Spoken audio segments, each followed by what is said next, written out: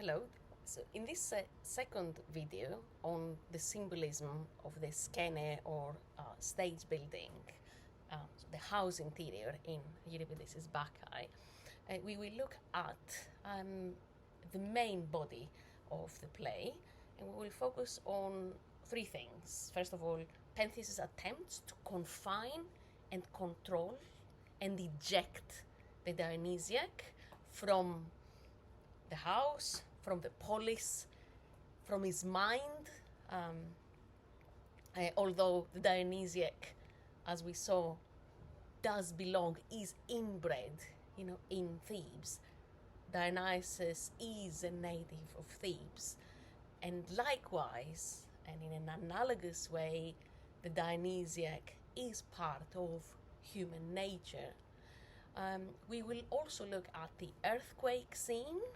We saw a foreshadowing of this very important, very pivotal scene in the very opening of the play, where Semele's house and body were razed to the ground.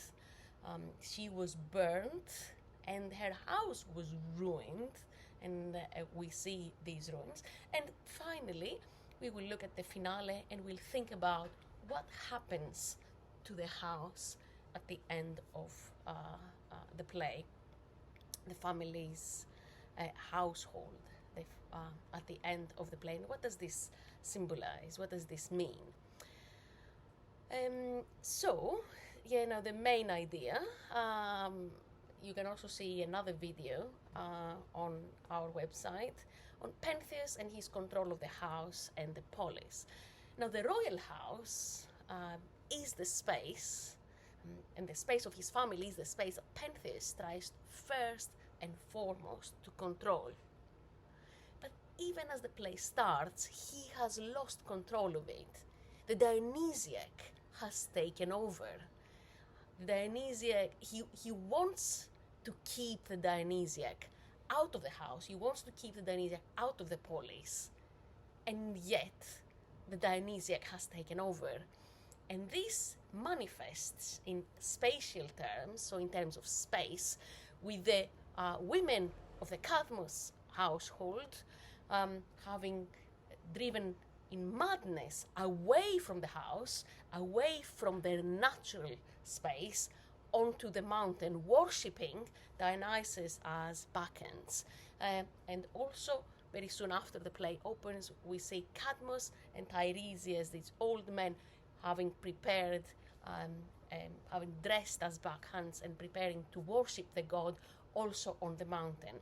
So we see a movement away from the control of Pentheus, up on the mountain and away from the house.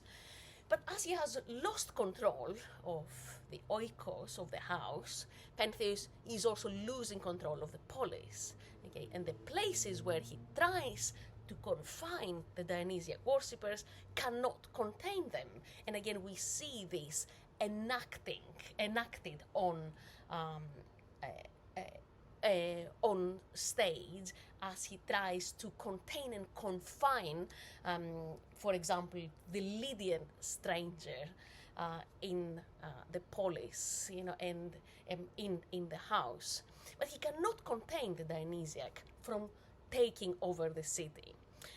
Now, in the light of this, now we can see really very significant meaning coming out of this passage, where the Lydian stranger tells him that Dionysus has come into this city full of such fine deeds. And then Pentheus says, shut all the towered gates all the way around the city.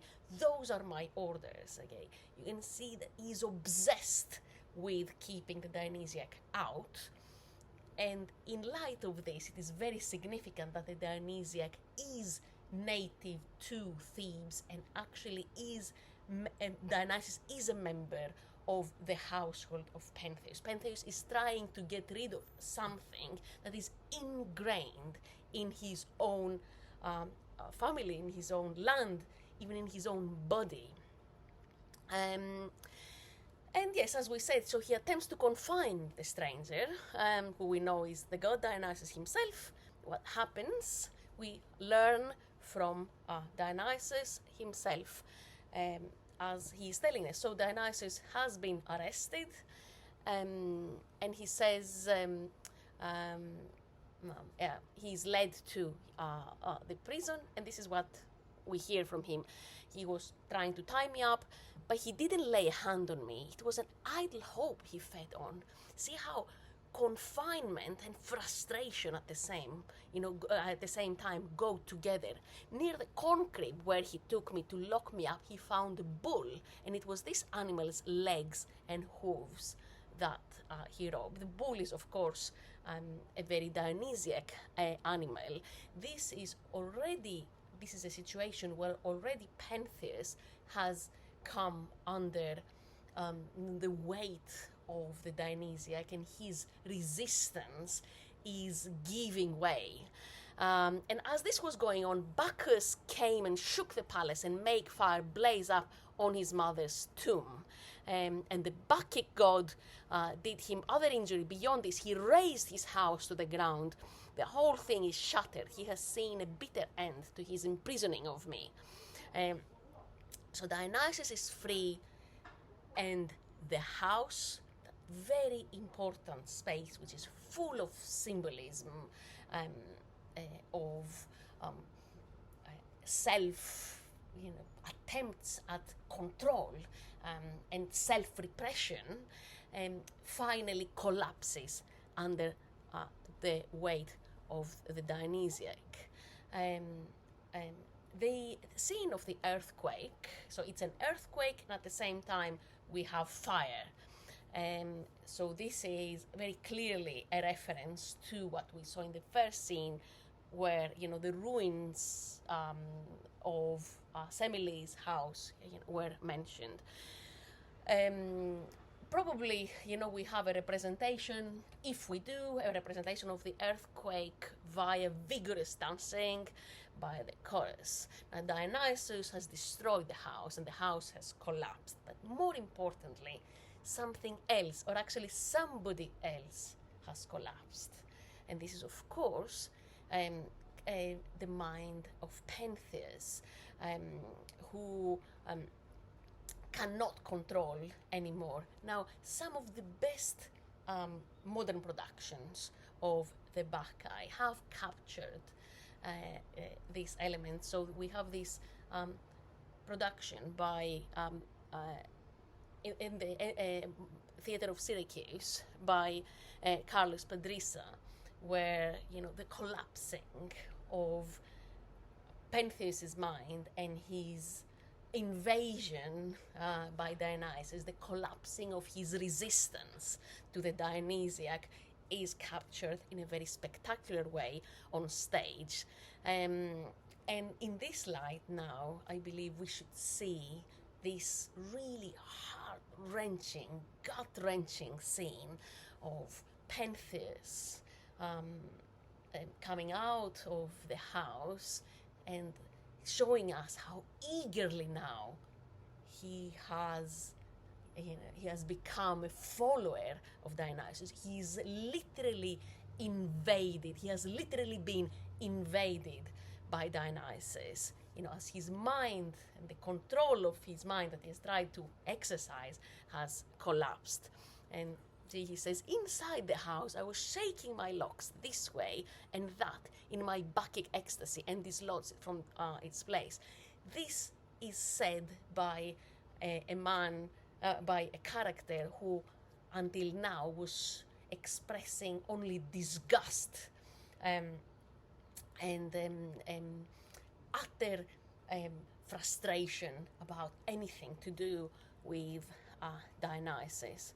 We know the outcome, but at this point it probably is useful to look at the play, as a whole, from the light of the interior that is captured by the skene building that we see on stage.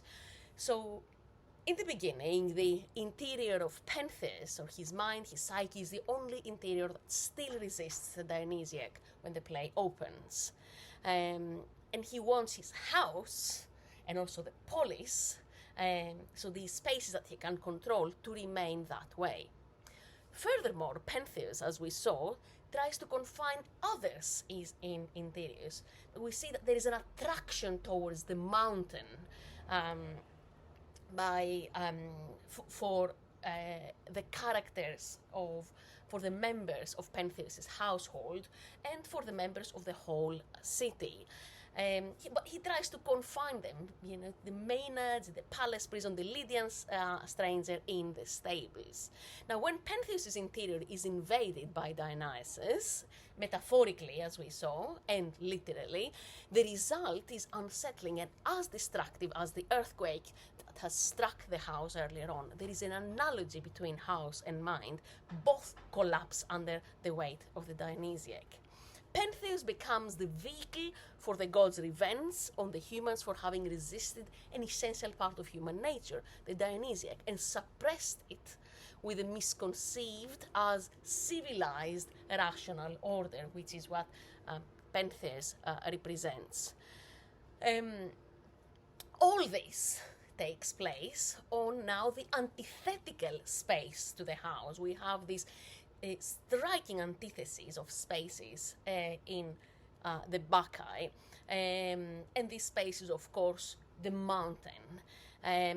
So if the house somehow represents control, or presumed control, civilization, okay, avoidance of anything perceived as uncivilized, the mountain, is the expression of, at least in the eyes of Pentheus, the expression of the wilderness.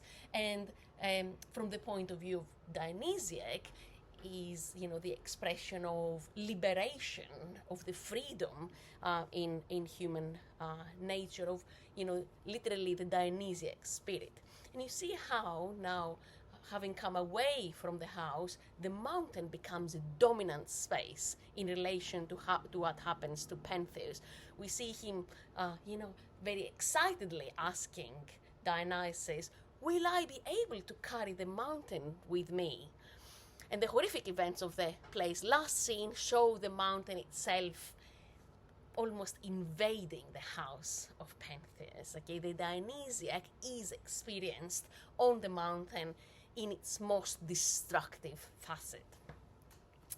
And now, if you remember what your text says, the mountain killed him. We hear about Pentheus. Now, if you think again in light of all of this, of the finale of the play, what happens, in the finale of the play? We have the removal of the royal family from the oikos and from the polis. They are exiled, and in particular, Cadmus and his wife are told that they will become snakes, will become beasts, so they will transition to a state of barbarity from the state of civilization that they somehow mistakenly, perceived by agreeing to suppress the Dionysiac. So this is an analysis of the Bacchae.